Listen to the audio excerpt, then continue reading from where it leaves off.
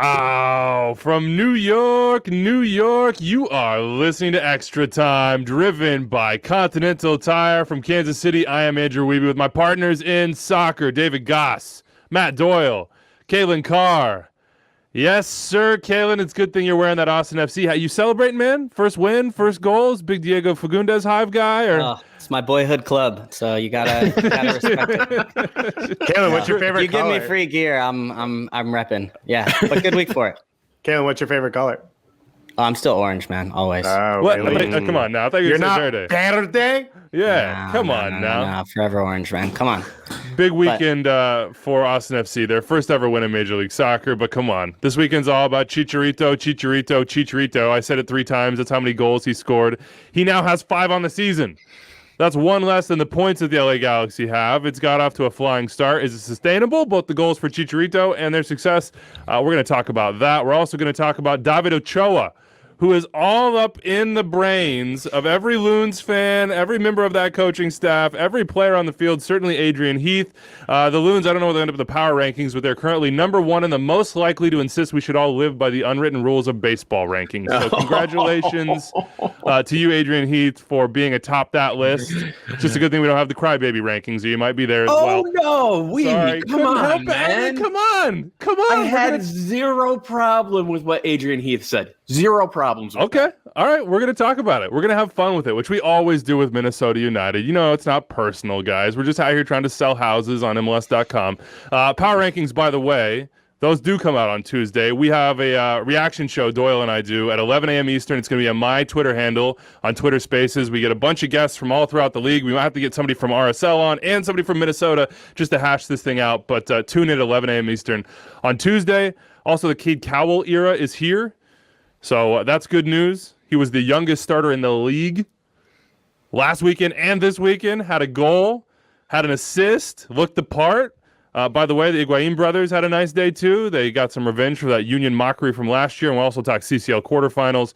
MLSsoccer.com. Of course, Call Up has Johnny Russell this week, so go check that one out. Steve Zakuani has your Saturday takeaways every single week, and you can get the Armchair Analyst as well. An instant replay is out too. All right, let's get into it here. First, a shout out to our fantasy winner, Defend the Shield. He's a Philly fan, obviously. 105 points.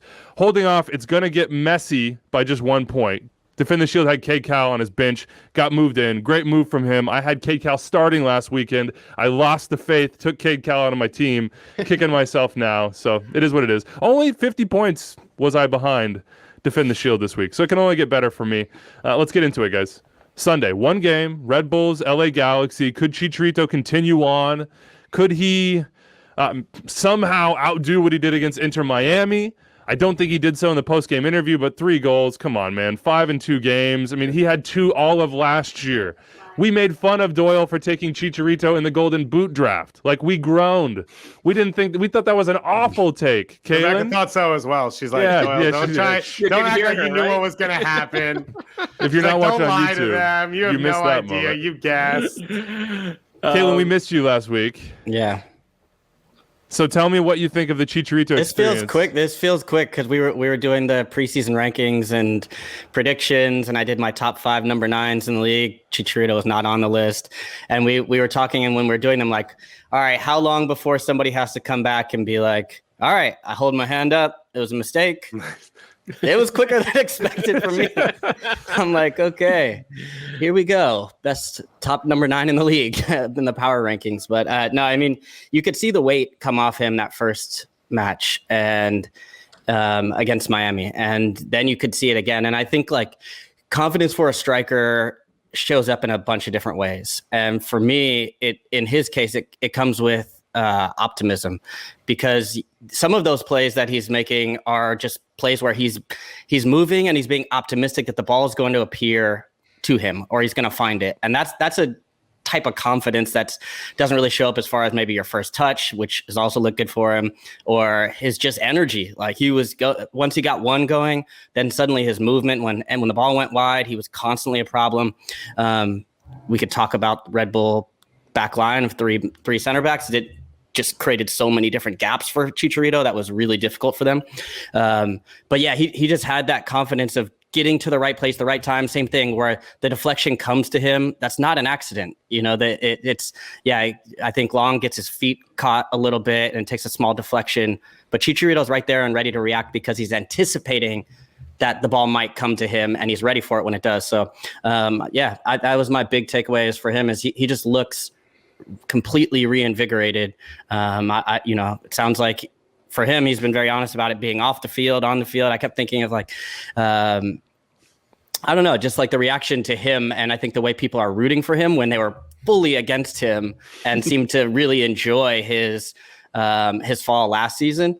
But this is a story I think people can really get behind. And and they like Galaxy's 6 points. I was really skeptical because no Pavone. I was like, Chicharito needs service. And I was like, how are they going to get the ball to him? And I think Victor Vasquez, we saw his quality on that ball that he played into Chicharito. And then there's this other X factor of Chicharito just finding the ball. He doesn't necessarily need perfect service. When he's confident, he just is able to sniff out chances. And even that first one where it's like, it's a tough angle. And maybe last year he misses that one. I mean, he was missing much easier chances than that, but it was a tight angle. But when you're confident, you can see the difference it makes where that one falls, then the next, then the next, then the next. So he's on a roll. You just need Ethan Zubak, man.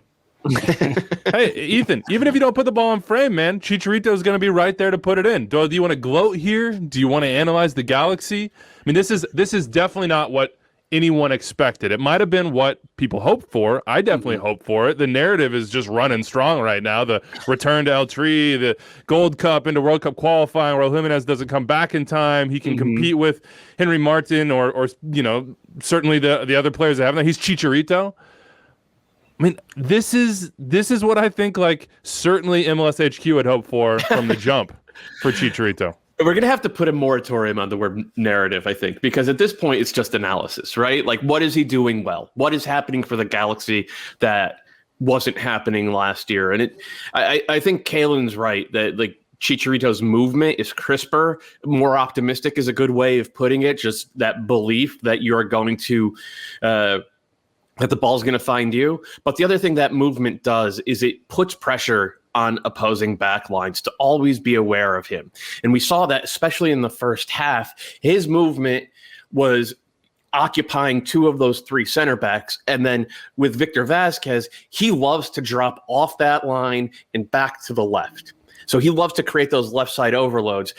Villafana would come up and engage Velo, who was the right wing back for the Red Bulls. And then you would have Zubak and Vasquez out there as well. So suddenly a 3v1. Well, then you're bringing another central midfielder, and you're bringing Aaron Long up there as well. If you look at that second goal, Long is 45 yards upfield. He's not playing like a center back. So they were able to sort of scramble the Red Bulls. And the genesis of that isn't just having Victor Vasquez in central midfield and a very good left back like Jorge Villafana getting up on the overload. It's Chicharito being in these guys' heads.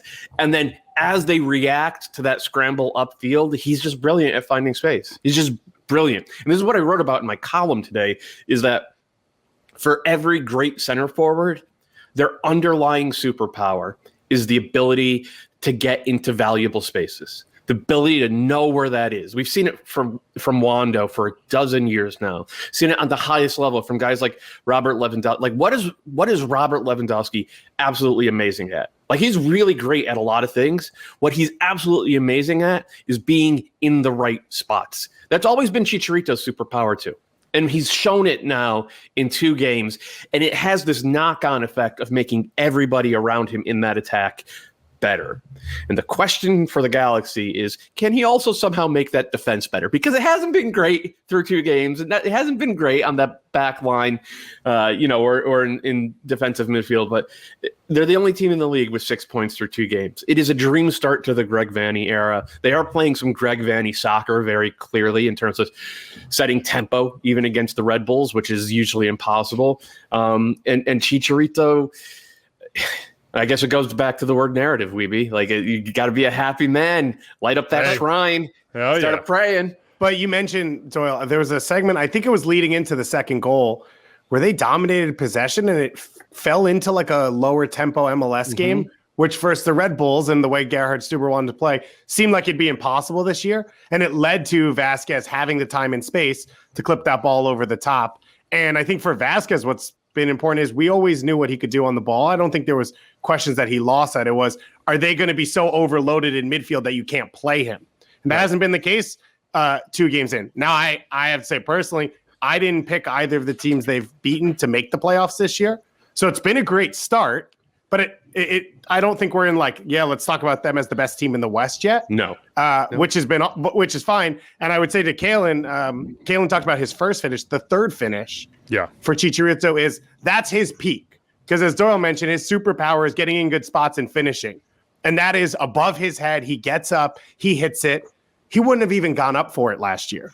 Physically, he wouldn't have even tried it. Well, he wouldn't have even been on the field. Yeah, fair. So that's the point he's reached this year, which is huge. And I think for this group, the narrative is so important. But I just think you have a new coach. How did you get better from last year? How are you improving? And whether they have or haven't, which they have, 6 points in 2 weeks gives you some breathing space to figure it out now. We talked about it with Armas winning for TFC and CCL. Whatever's happening now, that gave him some time and I think took some pressure off. And now it's the same for the Galaxy. I didn't have any doubts that Greg Vanney would be able to go in there and earn the respect, earn the belief of those guys. But when you hear Chicharito talk about the coaching staff afterwards, those are sort of the warm and fuzzies that just have not been there with the LA Galaxy the last couple of years. I mean, nowhere close. We didn't hear any of that sort of thing about Guillermo Barcelotto and the job that was being done. You didn't have Zlatan certainly coming out and saying those things. You didn't have your superstar sort of being like, I don't really want to talk about me right now. Let's talk about the other guys and what they're doing. Hey, look at Sasha Kleshten's finish in week 1. It feels a little bit like, the perfect petri dish for the Galaxy to try to get back to where that they want to be. Chicharito said it. We still believe we're the biggest club in MLS. We have to prove that. But there feels like a little bit of a cohesion in the group and just straight up belief. It's exciting to be back there. The people want to know, do you still think the Galaxy are the biggest club in MLS? Oh, man. I mean, yeah, probably. Probably, yes. Who would be bigger than them? I don't think they're the biggest club in their own city. I mean, if you look at at LAFC and what they're doing, they're still a far better team. If you look at this Galaxy team, even still, they're far better. Well, I mean, we'll get to see it in a couple of weeks, which now this actually feels like will add some intrigue to the whole thing. We don't know where Vela's at, and hopefully he's back and healthy. And we don't. Same with Rossi, but I just, the Galaxy still have some issues. Their back line, I think, still has some question marks. I think they've improved in net, but they're playing a lot of young players too that are still trying to figure it out, having a little bit of a learning curve, even when you look at the depth pieces that they're bringing in. So a lot of very young players. Efra came in, did a good job, Dunbar as well. But when you get to the bigger matches, when you get to the more difficult games, it's good that they're bleeding in some young players. And we've seen Vanney do a really good job of that with some young guys in Toronto in the past. But I still think there's a gulf there. And the fact is they needed 2 from Chicharito the first match. They needed 3 the next one. And I feel like they really do emotionally lean on him and his positivity. And I've been on teams where you feed the number 9, he gets going, and everybody gets a little bit of life off that. But I do wonder if it's great for right now, but I still think there's a pretty big gap between, them and 6 points top of the table right now and the best teams in the West, most notably LAFC. There's a difference between being the best team and being the biggest club. That's what I would say. In no way am I arguing the LA Galaxy are the best. Weeby's a Manchester United fan. I'm telling you that in worldwide terms and in MLS terms in this country, the club that people are going to know first over all the others is the LA Galaxy. And that's what this signing was about. Chicharito was about returning them to a place where not only could they be that club in perception, but also perhaps in reality. And even more so, that's what Greg Vanney was about. I don't know if Chicharito does that internationally. Sky Sports asked me first about Phil Neville today. That's true. That's the biggest club in MLS. Phil Neville had a really good weekend. Yeah, we have the perfect measurement. Rightfully so. Yeah. This is a new segment every Monday. Kalen Carr comes on. What did Sky Sports ask you about? It's going to be a lot of Phil Neville. Constant Phil Neville. We'll get to Phil Neville. Let's take just real quick a look back on our our Golden Boot draft. Doyle, you got the lead right now. Diego Rossi hasn't even played, and you are +3 goals on all of us. Dave, you're second. Rui Diaz got his 2. You still got Carlos Vela sitting back in the cut, so you got 2 goals. I got my 1. Robert Barrich did his thing. Josh Artist might have been a poor pick given Nations League and Gold Cup, and maybe I'm regretting that one a little bit. And Kaylin, apologies to you. But they haven't got firing yet. Pink-haired Joseph and bleached Alan Polito have 0 goals. Everyone knows so Kalen far. takes the first 6 months off, comes in, doesn't care about Supporters Shield. It's all about MLS Dynamo. Cup. It's that old Dynamo culture, Yeah, man. Just got to show exactly. up for the stretch run. Let's go. And August. he knows everyone will burn out in the heat in the summer, and then he'll get some good fall results and go into the playoffs. No, we Anybody we have need a thoughts goal. on Red Bulls before we move on here? I would not want to be a right wing back or a right back under Gerhard Stuber. It's like defense against the dark arts right now. Well, I thought Everyone looked just great. gets pulled. No, Gutman left looked back. great. Yeah, Gutman was great, but right back, right He wing was back going to is sub below tough. like 25 minutes in, then didn't. Then Duncan, who got pulled after last game, gets sent back on. It seems like no one wants to play that position. Struber's coached 3 games, and he's used 3 different formations from the start. It was a 4-2-3-1 last year in the playoffs, a 4-4-2 diamond last weekend, 3-5-2 in the first half of this one. They switched back to the diamond in the second half, and I thought, generally speaking, they were better, but like this is a roster and a team that's very much under construction. I don't think we'll have a good idea of what they are until like June at the earliest. Yeah, I don't understand playing Aaron Long on the right side of the 3. He's your best center back. Put him in the middle, most experienced. I understand he's good on the ball, and you want to use him in possession or building out, but put him in the middle, allow him to orchestrate from there. I don't think the 3-back system is really going to work for them. I understand because they want to get Gutman and their outside backs a little bit more advanced, but just did not work. The press at times did. And then also I thought Frankie Amaya came in and he's going to, I think we were seeing a little bit more of him and how he might fit into that system. Oh yeah. He played deep, dropped off and was able to really facilitate, but then also got isolated a couple times, almost drew a penalty, which to me looked iffy. I'll leave that up to Andrew and I think Charlie on You Make the Call or whatever. But Wow, couldn't even give instant replay its proper respect. Instant replay, yeah. Wow, just slagging us. I haven't been on Jeez, Twitter man. in a while, but I think there's a lot of positive pieces at the Red Bull. I like the moves and some of the signings that they brought in the offseason, but they haven't quite figured out. Struber, I don't think, has figured out how best to use everybody yet.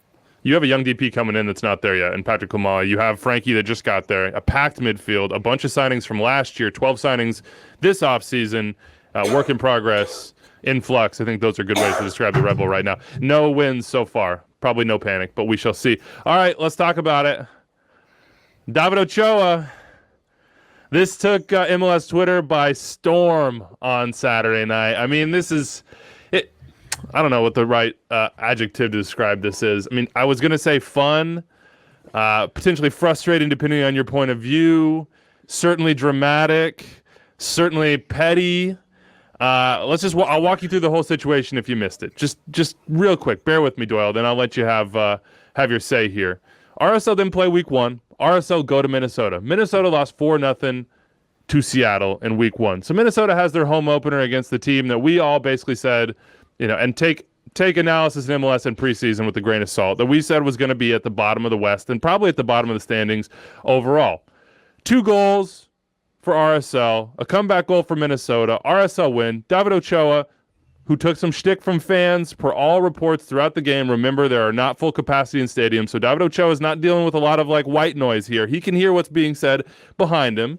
In the past, if you know Minnesota United fans, or Minnesota Thunder fans, or whatever it might have been in a past iteration of the NSL, they were known for doing opposition research on their goalkeepers, opposing goalkeepers, and heckling extremely effectively said goalkeepers. My expectation is they probably were heckling David Ochoa throughout this match, and David Ochoa gave it back. You know the Chase Gasper incident? It was you're the other Ochoa, and you're not as good as the other Ochoa in goal and stuff like that. Yeah. Dude, this is like when I played against New England. They would generally not have the hugest crowd, and you could hear specific things from fans on the sideline.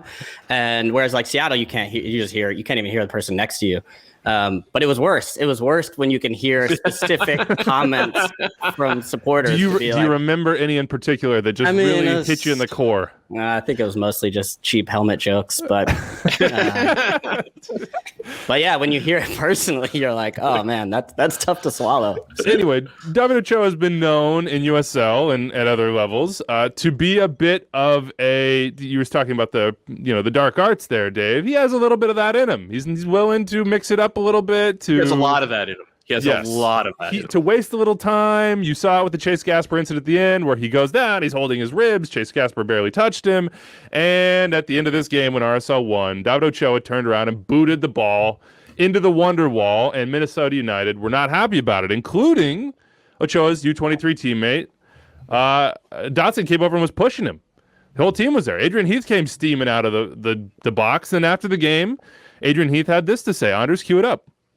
No, the goalkeeper just turned around and booted the ball in our fans and towards our supporters, which is a no-no. We all know that. He's got some edge on him for a kid who's not that good. So, whoa, yeah, he quick dropped that one on David Ochoa. A lot of emotions running high here. Freddie Juarez was asked about that comment in his post-game press conference. He was kind of like, hey, we support David. We know he has growth with him, but we think he's a really great player. We stand behind him. I'm not going to comment on what other people say. It's the heat of the moment, post-game, et cetera, et cetera. I mean, that's the long and the short of it. Doyle, I didn't experience this one live. I had the joy of going back and combing through all the Twitter conversation and the plays. Give me your take on everything that happened here. Who were the villains? What roles did people play? Who was in the right? Who was in the wrong? Was anybody in any of those places, or was this just pure, petty, dramatic fun? Pure, petty, dramatic fun. Nobody was in the wrong. Almost everybody was in the right. Ochoa, on top of likely being heckled for the entire game, this was his first ever win as an MLS goalkeeper. He's only played one other game before, the last game of last season. They lost that one. This is his first game since that colossal error in CONCACAF Olympic qualifying. Getting the win in this one was, I'm sure, a just massive relief. He might have punted the ball into the stands anyway. Like there didn't have to be any heckling. Like you're going to celebrate something like that. And I loved to see his emotion in celebrating it. And then the afters were hilarious. And Adrian Heath is completely within his rights to burn the kid post-game. Because right now, David Ochoa is not that good. We saw the error against Honduras in Olympic qualifying, and we saw throughout Olympic qualifying, while he's a very good shot stopper, he's questionable with his feet, and he's prone to bobbling a catch. Like he bobbles the ball a lot. Happened twice in this game. Minnesota were not on their toes, and they did not burn him. They did not punish him for either of those drops. So he has to get better. But he's a talented 20-year-old goalkeeper getting his first win. So it was awesome. Minnesota United fans in my Twitter mentioned specifically complaining about Ochoa punting the ball into the stands, saying somebody could have gotten hurt. That team took 23 shots. 2 were on goal. If you think punting the ball into the stands is going to hurt somebody, have a chat with your forwards. Because that, through 2 games, that is the story for Minnesota United. And we should be talking about that and not this post-game BS, because of all the teams that we thought were pretty good to start this year, it's Minnesota United who've had the worst start, and that's been overshadowed. I mean, look, they did come out, the players came out and really defended their fans. It's a shame they didn't defend much of anything, especially on the break in this game. They gave 2 goals to RSL. Mm-hmm. To me, this was like a Mourinho moment for Adrian Heath. It was a deflect moment. So instead of all of us talking about, as you said, how Minnesota United was this much fancied team who have spent big on Reynoso and who went out and got Wanchope and then went out and got another big forward from Ligoon, before this game, we're talking about David Ochoa kicking a ball high up into the stands instead of 2 losses in 2 games, and there being real uncertainty about what Minnesota United are doing and whether it's going to be effective. Some ways, it's brilliant. The good news for Ochoa is I think their next 3 matches are at home. So he's going to have – I don't think he's done himself any favors, because if you're an opposing supporters group and you're coming to the next match – he basically told on himself that you're gonna get you can get in my head, and I'm gonna be playing. I'm not only playing against the 11 men on the pitch. I'm playing against y'all behind me too. And that's what supporters thrive on. They want to get a piece of that. That's what they're behind the goal for. From everything I've heard about Ochoa, that's what he wants. Like, this is it. Like, he has potential to be the biggest villain in this league since Steven Lennart. Wow. Just beloved by his home fans and just loathed everywhere else in the league. His reaction to the Minnesota goal was like, try and get the ball so they don't chase it out. Then it gets knocked out of his hand, just goes down, grabs a body part, covers his face. The whole thing's going on. And he was kind of doing it throughout. Although I still don't see as much malice as everyone's trying to give. Like, it's the end of a game. He already had it in his hands. No. The ref blows the whistle. He's going to punt it. You're just signing the ball and loft into the crowd like Roger Federer. It's just you're trying to keep everyone engaged. No. This is entertainment. I can't back. I cannot. I can't back this. I softly lofted clip to the top of the Wonderwall. I'm trying to think of like Real Salt Lake players in the past, like Beckerman. I mean, they've got some epic trash talkers in their club's history. Players that will get in your face, get in your ear, whatever it is throughout the whole match. And I think that his reaction after the match was deserved, right? You see him pumping his fist.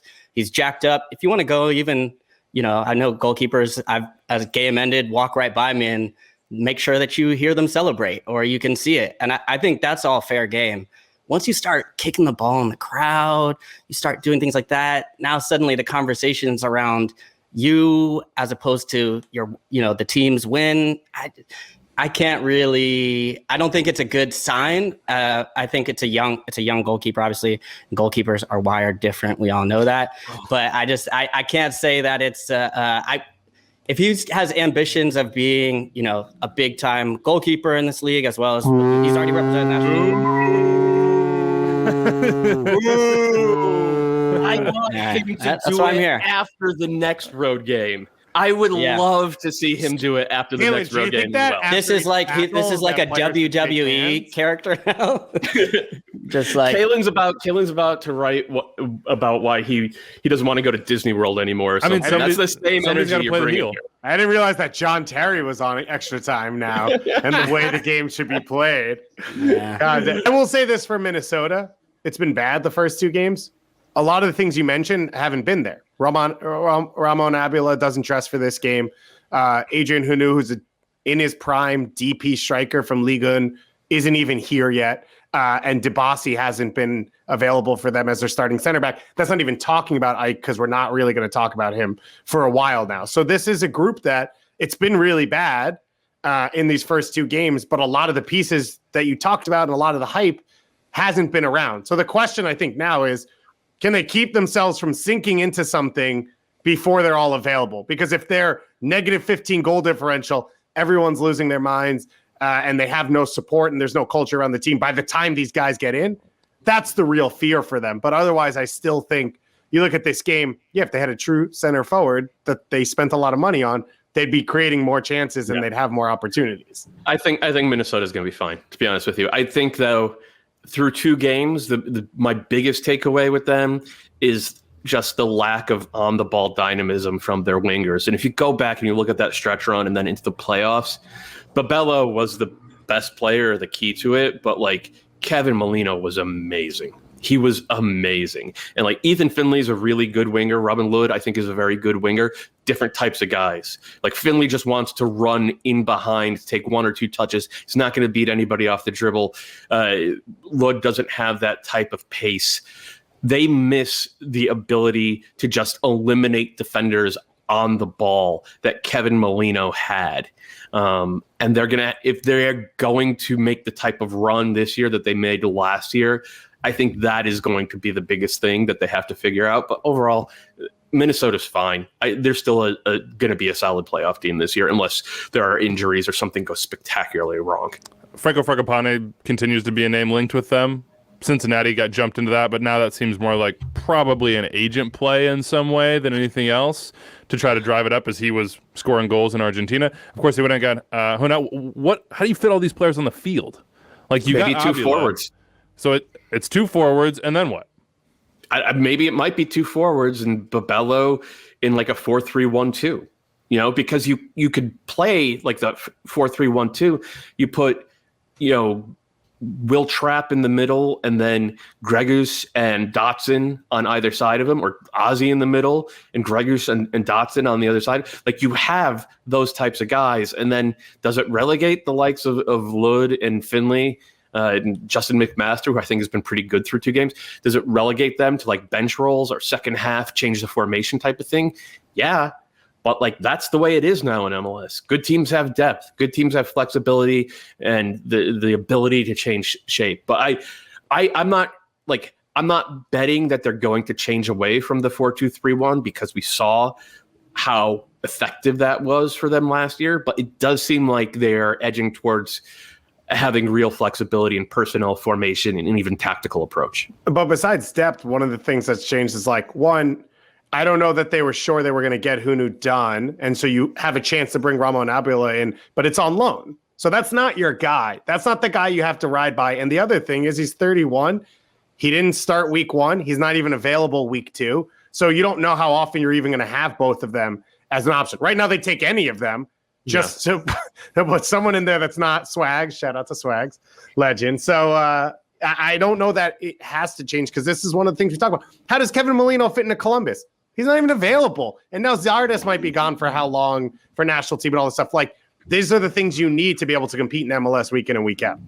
RSL, people didn't believe in him. We were among those people.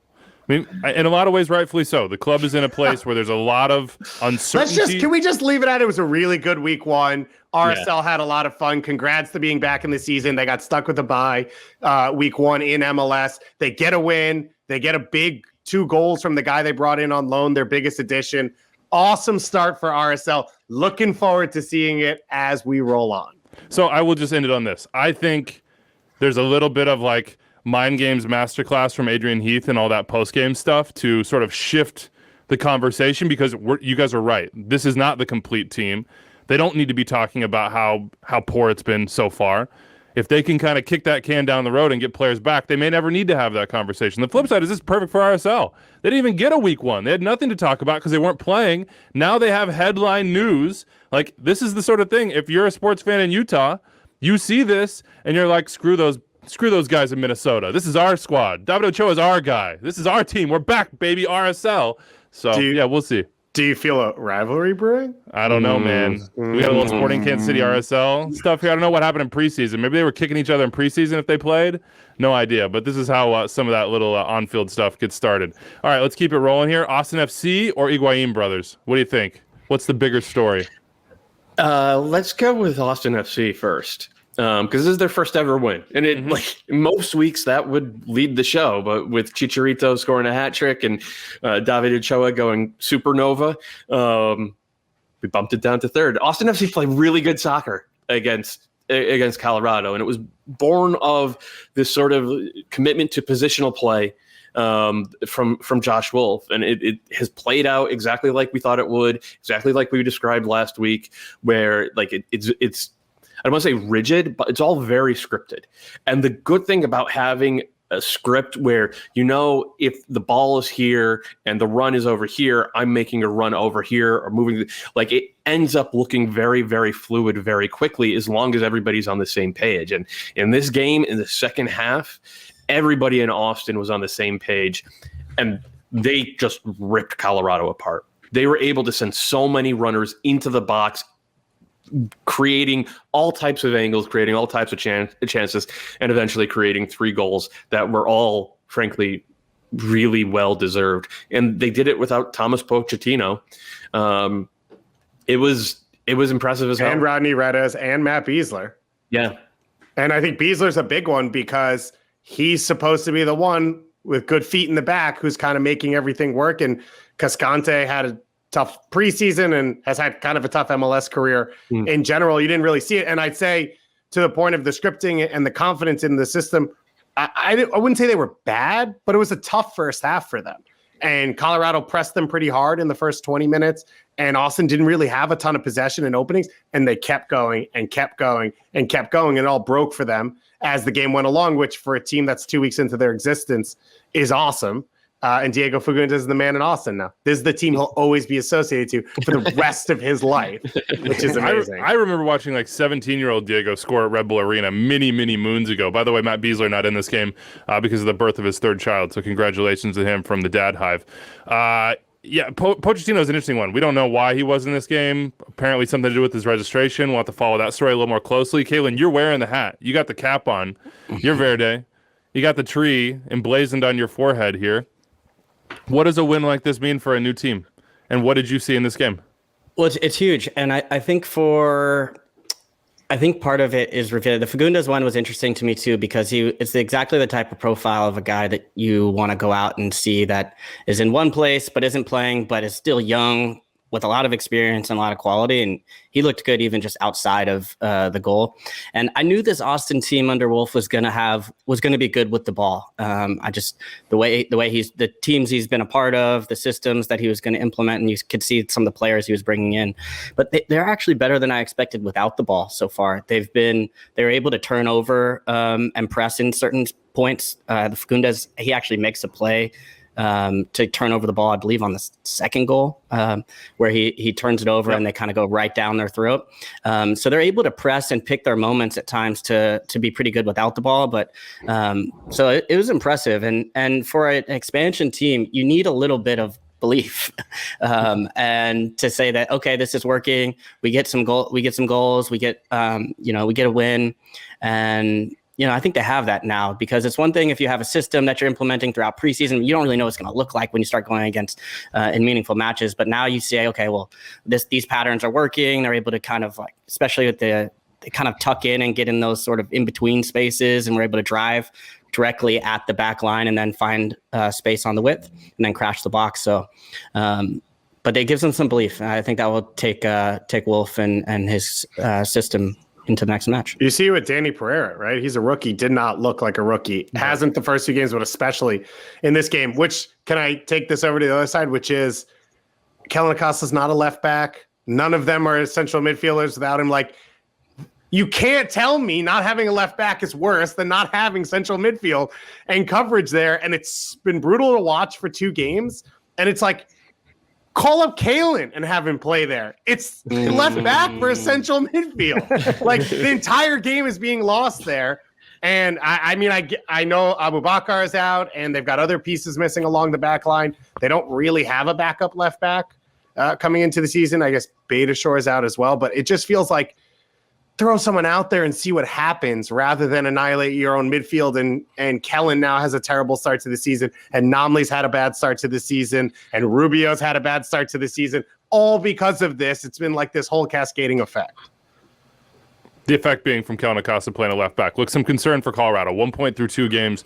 They're one of those teams that we looked at in the preseason, looked at results and said, we're really hopeful here. This could be a really, really good team. There are still question marks for them, and those question marks haven't gone away so far. Congratulations, though, to Austin. Congratulations, too, to you, Matt Doyle, and to David Goss. 2 goals for you guys. The opener for Doyle, the second goal for Goss. I had a goal and an assist. That's so true. I was more influenced. You could have added a third, too. Yeah. You didn't quite get that header on frame. Have you two thought about, like, once you get that double vax life, going down to Miami and seeing if you can get into any clubs or any places around? You should try that. I think I would need about a quintuple vax to go to Miami right now. Anyway, Inter Miami won their first game of the season, 2-1 in Philly. Revenge for the Higuain brothers against the Union. Certainly for Gonzalo, who got the Fortnite dance in the face from Jacob Glesnes last year when he skied a PK in his very first MLS game. Phil Neville was jacked about it. Sky Sports was jacked about it. Those highlights were playing. I mean, this was a nice win for them. You can't put it any other way. To go to Philly, the Supporters Shield defenders, a team that has looked very, very good this year and has a big opportunity this week in CONCACAF Champions League. Like, these are the moments as we talk about belief and as we talk about sort of building something from the beginning for Phil Neville to look around the locker room and nod, and for the locker room to look back at him and say, okay, we're onto something. This is working.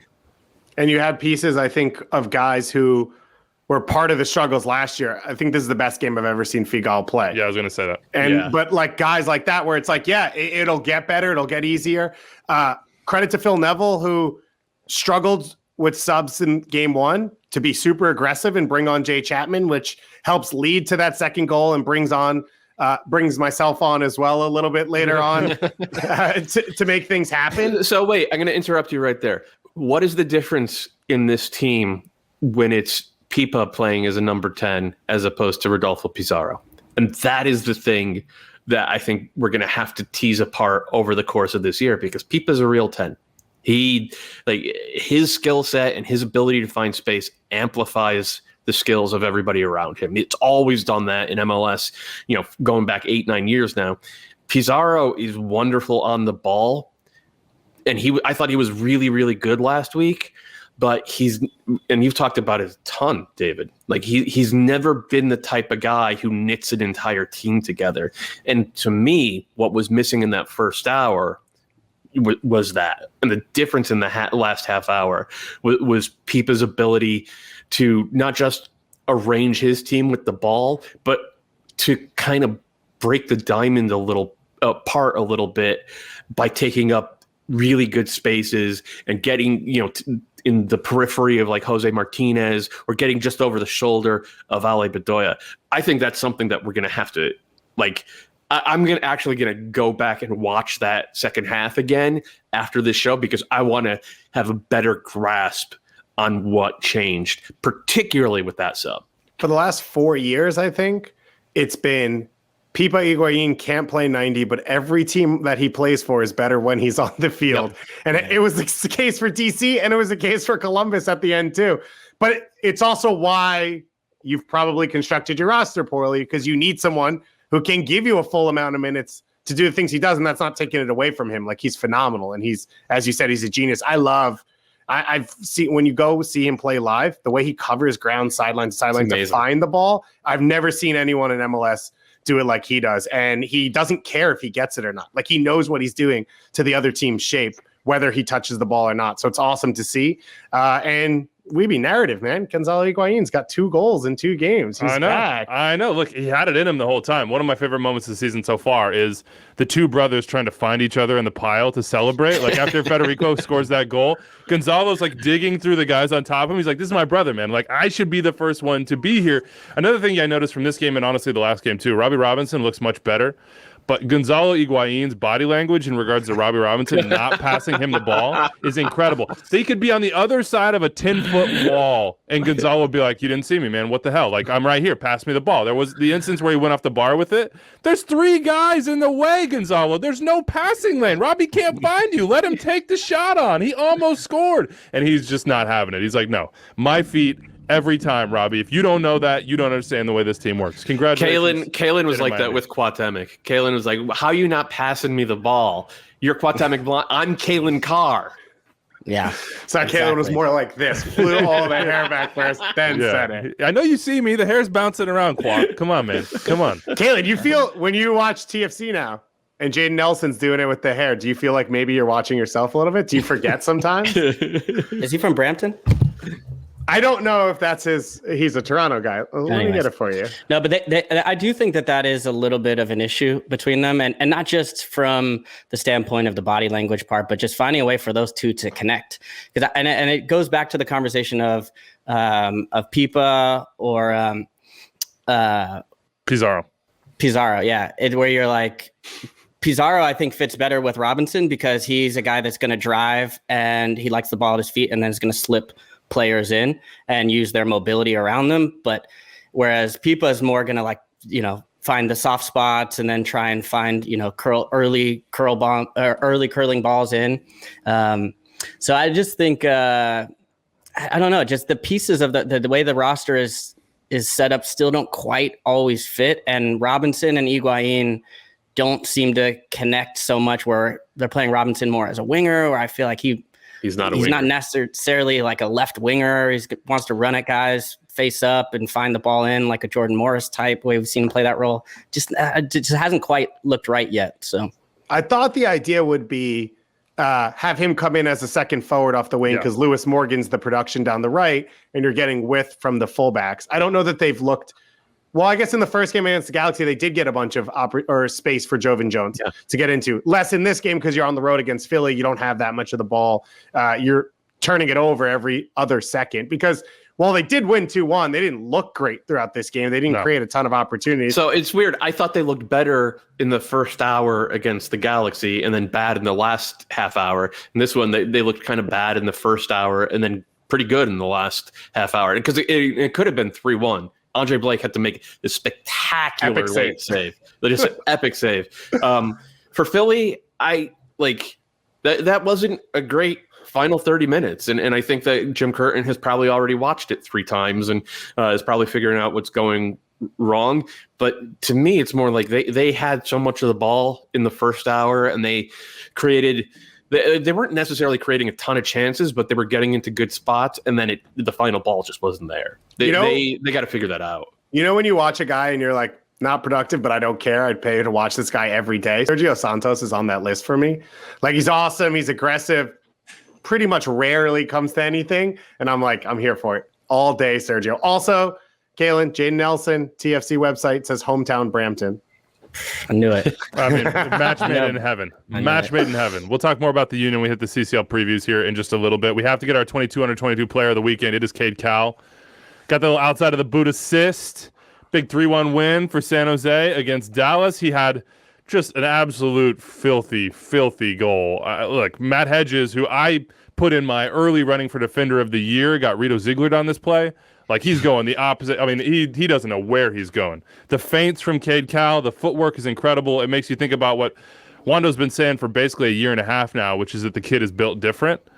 Week 1 was not a shining moment for either the Quakes or Cade Cowell, but this is more of sort of seeing the potential. What is he, 17? Yeah, he's 17. He was he's younger than Caden Clark. He is. I mean, it's incredible. Somebody threw the stat out there. I can't remember, but like in 2026, those guys are going to be 23 and 22 or something like that. Just unbelievable. Doyle, I shouted him out in my column. I know that you were pushing Cade Cowell as well and really watching him closely. What did you see in this match? Well, I picked him to win 22 under 22 on the show. Whatever that was. In our preview, I said he was going to win 22 under 22. The thing with Cade Cowell in the DA, and then even last year when he started getting some real minutes for San Jose, he like as a youth player, he was a goal machine. Last year, even when playing on the wing, I don't want to say he only had eyes for the goal, but he was kind of locked in on getting into the final third, specifically getting into the box and being goal dangerous. That pass blew my mind. That is he was damn near at a full sprint, and his full sprint is really fast. This is like a Jordan Morris level athlete here.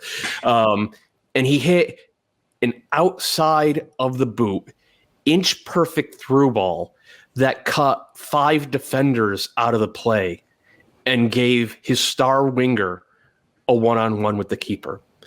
That, like, I have never seen, the only U.S. men's soccer player I've seen hit that pass is Landon Donovan. There are a lot of great passers, like Benny Feilhaber, through ball artist. He hit it with the instep. He didn't hit it with the outside of his boot. Sasha Kleshtin could hit the through balls with the outside of his boot, but he wasn't doing it at a full sprint. And I love Sasha, but his full sprint was not Cade Cowell's full sprint.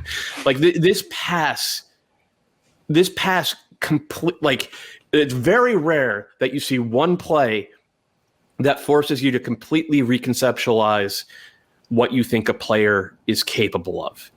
Having this pass in your repertoire, it just completely erases what I thought was Cade Cowell's ceiling. Like, I like that. It's an incredible pass. It's a Kevin De Bruyne level pass, and it won the game. Doyle, do you like the pass? San Jose. Yeah. I love the pass.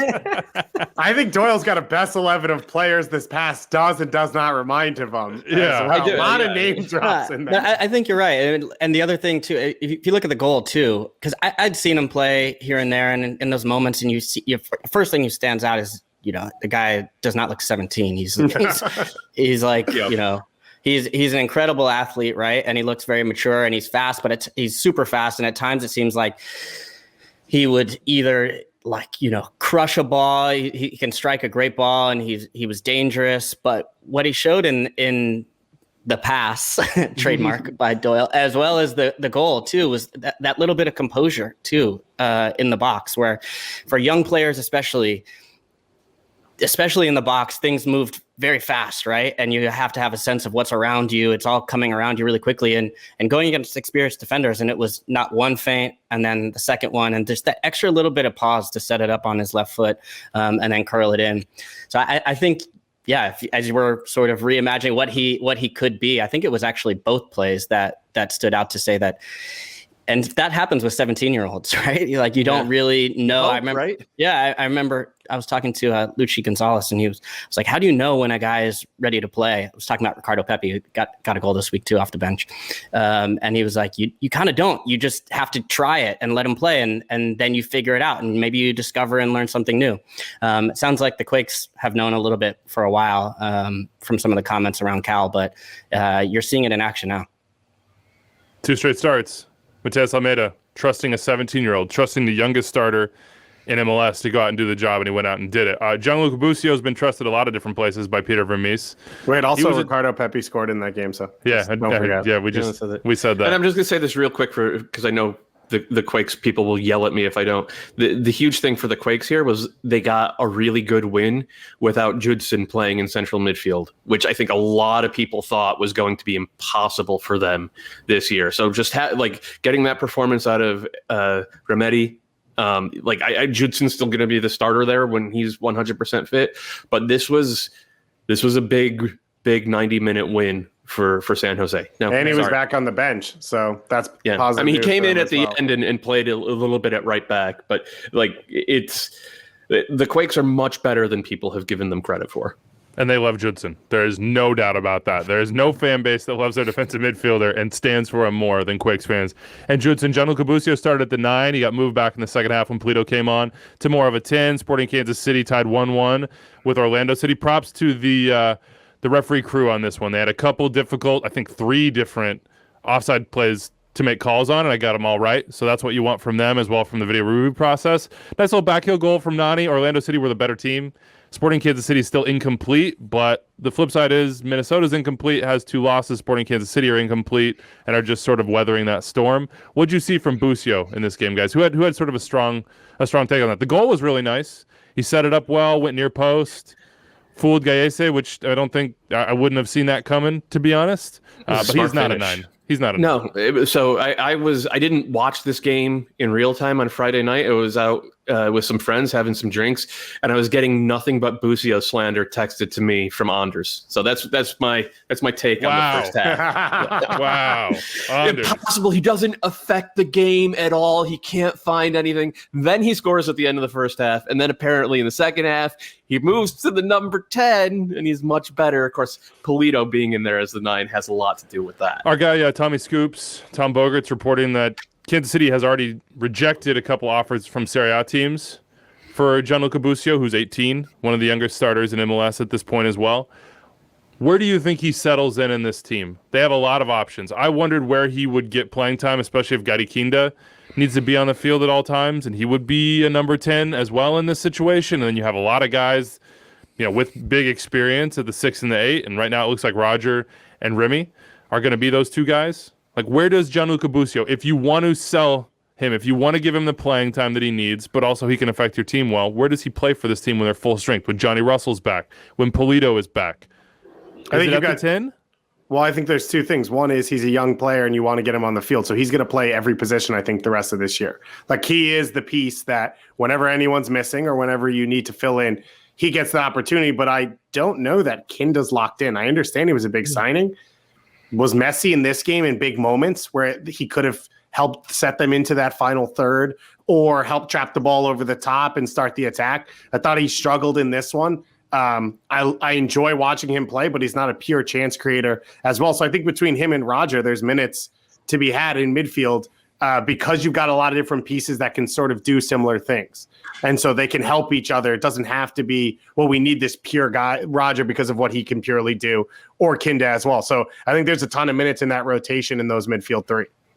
Daniel Shalhoub assist, just want to throw it out there.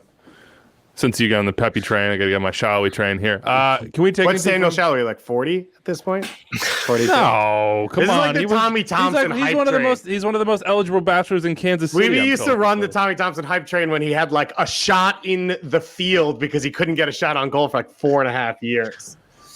Don't bring that up. Don't bring that up. Anything to take from LAFC Seattle? I really pumped that one up. But a lot of guys out. They went with no a Rossi, false no 9 Ladero. with Cifuentes off the jump, right? Yeah, that was a new one. Bob's having fun out there.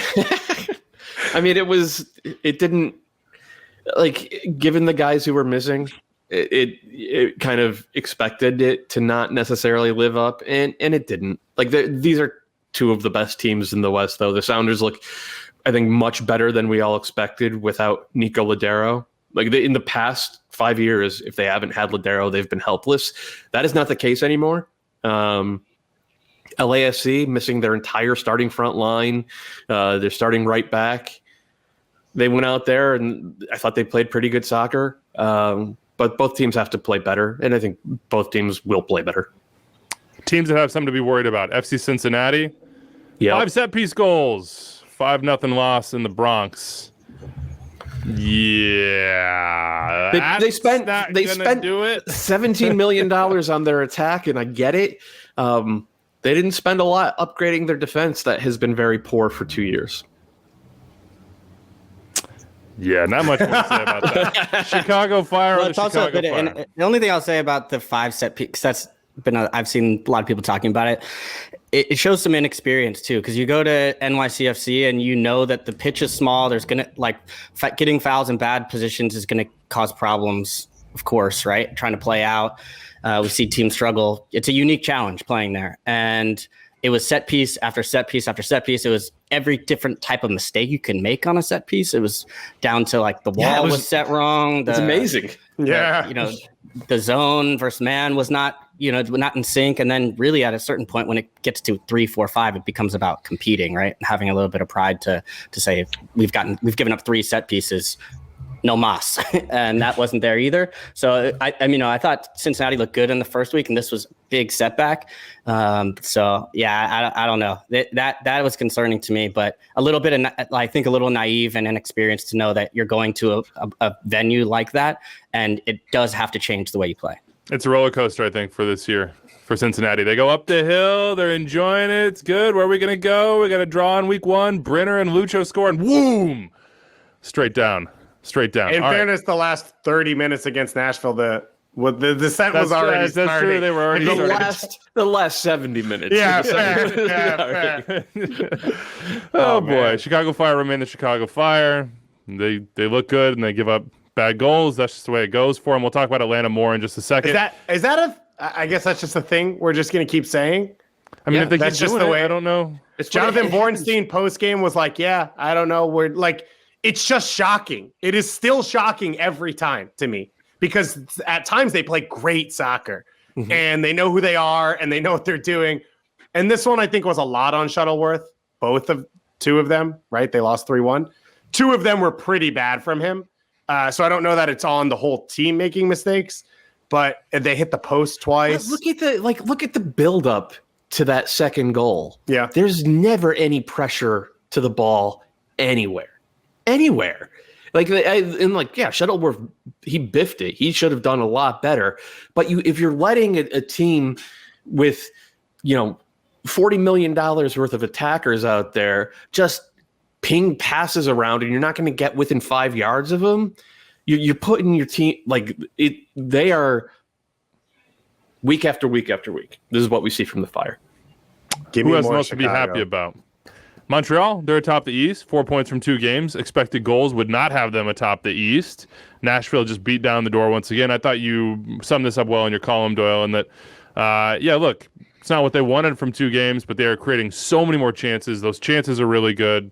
At some point here, I think it's going to go better for them. Now, I would also advise anybody playing the Impact to take away Mason Toy's right foot instead of letting him go for the curler with that perfect angle outside the box.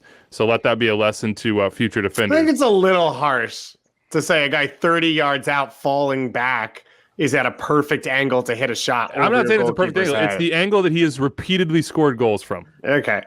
Fair. repeatedly, not just in week 1. When he was on his heater too, that was like his vintage goal. Yeah, but he had that left-footed one against LAFC that was utterly spectacular.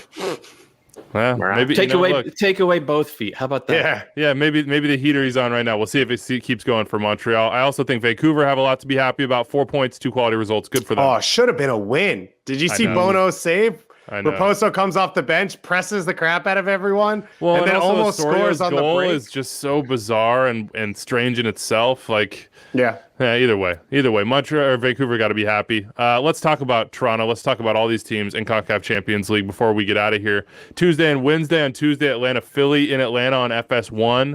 2 day in. That's at 7 p.m. Central Time, so 8 p.m. Eastern, 10 p.m. Eastern. Toronto Cruz Azul, also FS1 2 day in. All these games are on the Fox family. The only one that's FS2 is Columbus Monterrey on Wednesday. That's the early game at 8:30, and then at 10:30, Portland Club America. Jefferson Soteldo, Dave, Toronto I'm making pumped. a big statement with their third DP. Yeah. This is huge. You teased it. I'll let you have it. Well, it's just a little funny because it's the player that Greg Vanney's been waiting for 7 years, and then he left, and they finally signed him. He's a legit chance creator off the wing. I assume he'll take over the role that Schaffelberg's had, which is an upgrade. Is that a fair terminology to use there? Fair. Yeah.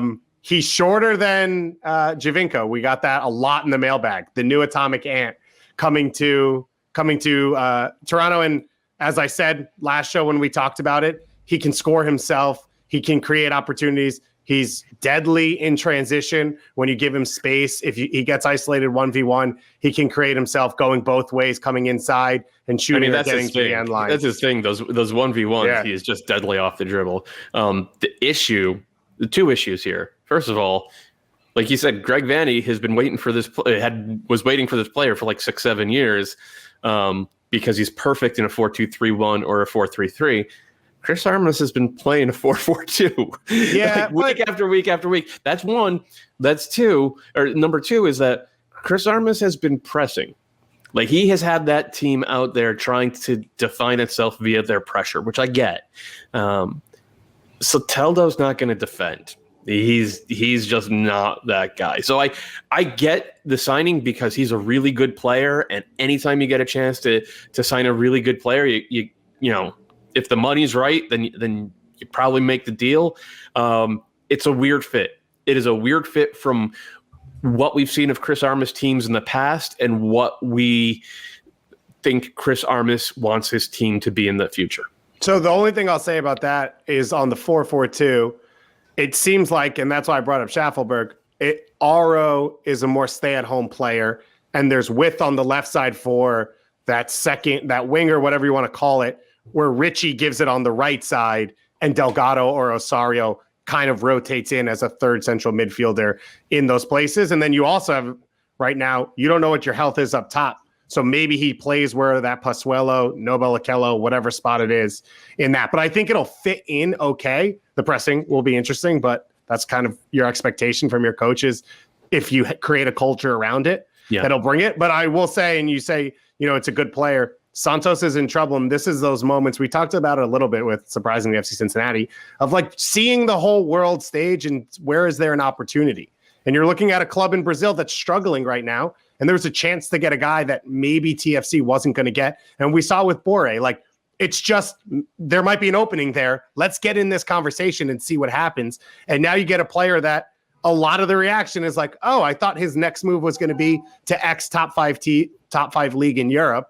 And instead it's the TFC, which is huge. And I give credit to Ali Curtis and his group to just understand what's going on, understand the environment, and staying involved until they get it done.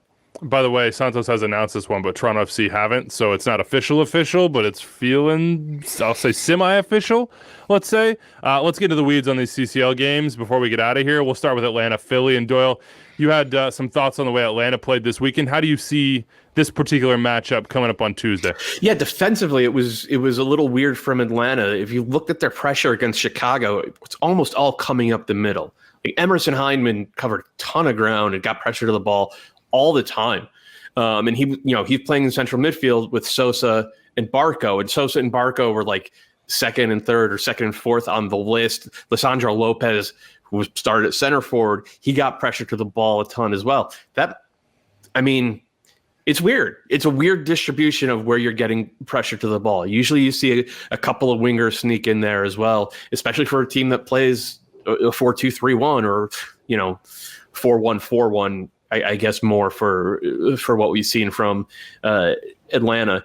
I don't know how that's going to work against the diamond.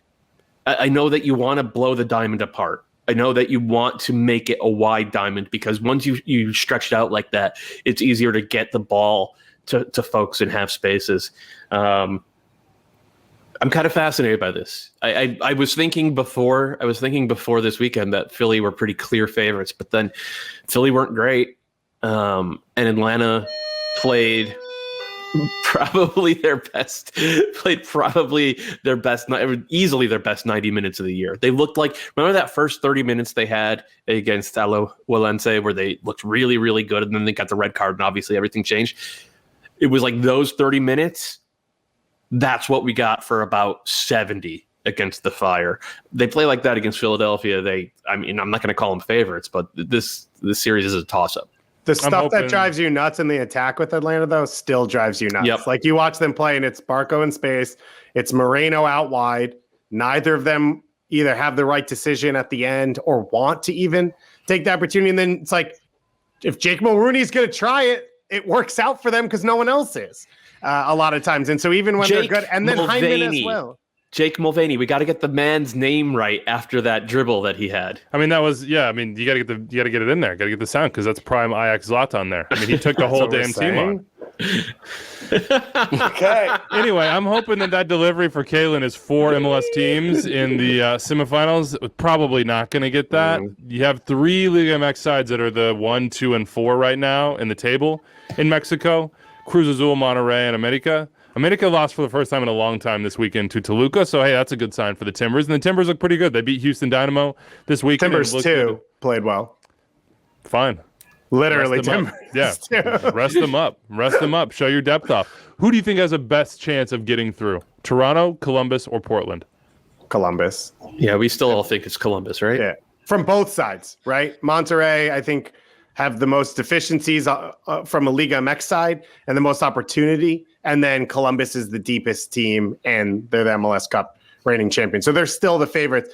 I still feel that there's a good opening for Portland to sit deep and absorb pressure and hit on the counter. I'd feel better about it if Jeremy Abobasi was healthy and had been playing the last few weeks to be that center forward.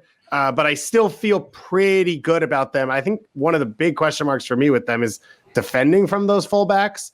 And so if you sit in deep, are they tracking runners? And if Club America is able to start to set up some triangle and start knocking around the edge of the boxes, I do worry about both of them. But at the same time, Van Rinken is a Liga MX veteran. And this is why you bring a player like that in to understand this opponent and understand this moment. I like Portland. I'm in the game I'm most interested to watch is the Portland America match. That's the one I think I'll be watching the closest. And Portland also, and I think against Maratone, looked like incredible to me in the last round. So I like that Yimi Chara's firing. Darren Asprilla, will he start? Will he not start? He got another goal again this weekend. Looked confident, and then I think they're solid in the back. Zuparic was rested on the weekend. I think he came into the match. Same with Eric Williamson. So they're going to be fresh. Yeah, Eric Williamson looked kind of awesome off the wing. Like let him do whatever he wants, and then the game's really fun for him. Sorry, I know America's a big side, but I think there might be something in this for Portland still. Let's be honest with ourselves. How many do we really see getting through? Here we go. Like I know I've been the wet blanket, and I'm not trying to be here. I'm just trying to ask a very, the pertinent question for MLS teams, for every team in this competition. Who's going to advance? How many do we see getting through? We have one. We know an MLS team's getting through Atlanta, Philly. So you got one. How high would you go realistically? I feel comfortable saying 2. I'd be very excited if it was 3. But it's hard to see Portland or TFC. And for TFC, I thought it was an okay game against Vancouver. It was 2 set piece goals that they gave up. And you saw as more players getting healthy, Osorio comes back in, and Priso didn't start this one, but they said on the broadcast that if it was the big CCL game, he would have been okay to play. So it'll be interesting to see what they do in there. But Toronto feels like they're still a step away from that just because of the injuries and all that. But they were able to do it against Leon, which I don't think that this is that much different of a matchup. At the same time, they gave up like 80 big chances against Leon and no one could finish. So basically, that's my way of saying I have no idea. I'd take 2 every single day of the week. We'll see what we get. Knife between the teeth, boys. Go out and get some results in the region for us, all right? FS1 and FS2 to the end as well. Tuesday and Wednesday, Doyle, you going to do spaces? What are you thinking on that? I'm thinking it's pretty late, man. Well, if you're up late, maybe we'll see. Look, there'll be people around. If Toronto beat Cruz Azul, if Portland beat America, then that will probably take that decision out of your hands. Watch Matt Doyle 76 on Twitter to see if that spaces pops up on your Twitter app. All right, Dave, let's get to the mailbag. What do we got? So we got a lot of Canada love right now. Obviously, Toronto Duck Jack for the second Atomic Ant coming in, as we talked about. And then we've got a fan who said, really enjoyed watching CFM, which is Club de Foot Montreal. The team setup is such that when every player plays within themselves, the style, thought, movement is achievable, and the team succeeds. There are also lots of fun when any given player decides to play outside of themselves. Finally, let the record show that I had a positive feeling when Hurtado came on, but I could only think of his ridiculous lob goal last year. When seeing Jordy making the wide open run, I could hear Hurtado's inner monologue saying, layups are so cliche. I mean, this is a great start for Club de Foot Montreal.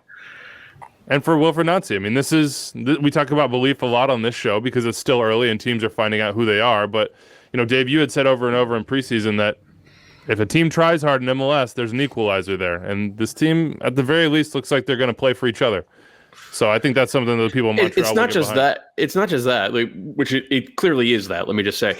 But they're playing a very, like nobody's out of position. Everybody's playing in what is clearly their best position or something close to it. And so I think it's made the ability, it's just made it easier. Almost everyone, right? Your guy, Mihailovic. Yeah, I mean, I think he's better as a playmaking left wing, but he's been good through 2 games as this sort of kind of number 10. And he is the best chance creator on that team. So you want him in that position. He's a DP now as well. So you kind of want him in that position where he's getting all over the ball in the final third. So I think that has made it easier for Montreal to get on the same page, but they do have to start, they're not going to score 2 bangers every game. They have to start generating stuff that's a little bit more repeatable. And they have to figure out how to tighten up defensively because, oh boy, they were holding on for dear life in this one. Yeah, there's some survival going on there. I think Nashville had 3 expected goals, and Montreal had 0.6. Yeah, and Yonder Cadiz and Hani Mukhtar, they both scored, but they both could have had 2 or 3. This was exactly what we talked about with Nashville. Is this team can be really good, but a lot of that depends on how good their DPs are going to be, and so far they've been okay. Randall Leal's been pretty good. That guy's pretty good at soccer. David Skokie said, I was going to comment earlier in the year and say that Weeby shouldn't ever promise to drink Malort, no matter how remote the possibility that the Fire would make the playoffs. But I think it's clear that he won't be doing any such self-harm this season over the course of the first 2 weeks. I signed on for pain, baby. I signed on for pain. I decided that I was going to put my heart behind the Fire because I wanted it to be better, knowing that it very well could possibly not be better. Which is you have no belief in them. Oh, that he wouldn't have to drink the Malort? I'm good with drinking the Malort. That's fine. I can do that. I mean, I'll do that quicker than they'll defend a lead in the last 15 minutes. So we'll be good. We'll be good. I don't think I'm gonna have to drink it anyway. But it's rough times for Fire fans. No. I don't envy what they're experiencing at the end of games right now, and last year as well. Raphael Wicki, his team's manager, only made 1 sub this weekend. The teams still have 5 subs because of everything that's gone on around the world. He wanted to know which team you think has the biggest advantage by having that, and also why are they only making 1 sub? Huh. That's interesting. I mean, you would think it would. it would be teams that are going to exert a lot physically, especially in the summer months and into the second half of the season. I think they're probably less of an advantage right now than there will be when the games come thicker and faster and the conditions get more difficult to play in. Kaylin, I would be curious what you think here. As a player, knowing that there are 5 subs available, whether you're a starter or a bench player or a coach, how does that change the way people start to think about roles on a team, if at all? Well, it's interesting because you still do see some coaches not using even their 3. And you go through and it's like people, I think when this rule came out, people were saying like, oh, this is going to fundamentally change the way, games are managed. It can be subbing people in at halftime. It really hasn't happened that way. It's really stayed pretty much true to form. It does give you a little bit. And I think the other thing is due to the longer off season. Right now, when I'm watching games, I'm still seeing a lot of players cramping, going down. Even the players that are hitting like Chicharito are not in full match shape yet. And some coaches have been really honest about that. DC United's head coach, same with Inter Miami. There's been a bunch of managers that have come out and said. So I think early in season, it makes more sense to rotate. Obviously for the clubs that are playing in Champions League, but I don't think it's going to change that much overall as far as the way teams are managed, mainly because managers don't trust everybody on the bench or don't trust everybody in every situation yet. Coaches I've seen do it well. I think Greg Vanney has done it really well. In the first match against Inter Miami, I felt like that made the difference. Sasha Kleshton comes on, gets a goal. Dunbar has been good. He's trusted the young players, Efra Alvarez, all these guys coming on in the last match. Saldana to do well. So it can make a difference in points on the table if you use it correctly. And I think coaches should probably look to it, especially earlier on in the season. But some coaches, it's hard to change. So we've got an essay from an FC Cincinnati fan. Do you guys want it? Can we distill it into the hypothesis? I don't need the full essay because I have a pretty good feeling what that essay might say. I don't know. There's so much emotion behind it. It feels so harsh. So from Ken Hodeker, shout out to him, basically saying it feels like expansion year 3. He said 9 Camp went out and addressed the offense during the winter window, and it feels like he overcorrected. In my opinion, biggest issue is the club defensively. Last year, center backs lacked speed and ability to pass out the back to put their opponents on their heel. 9 Camp removed Waston, Garza, and DePlane. All these were the right decision, but did little to provide replacements outside of Matarrita. I pray Vallecilla helps, but he's only 21. Low expectations for a player on loan. Matarrita's a nice pickup for an outside back going forward, but not helping much defensively. He then goes in, breaks down the rest of it. Basically, Joe Zhao's a winger starting at right back. Hagelin and Pedersen not good enough to start at center back, and now they're in year 3 of this, is what it feels like. Yuya Kubo and Matocho as that dual pivot, central midfield.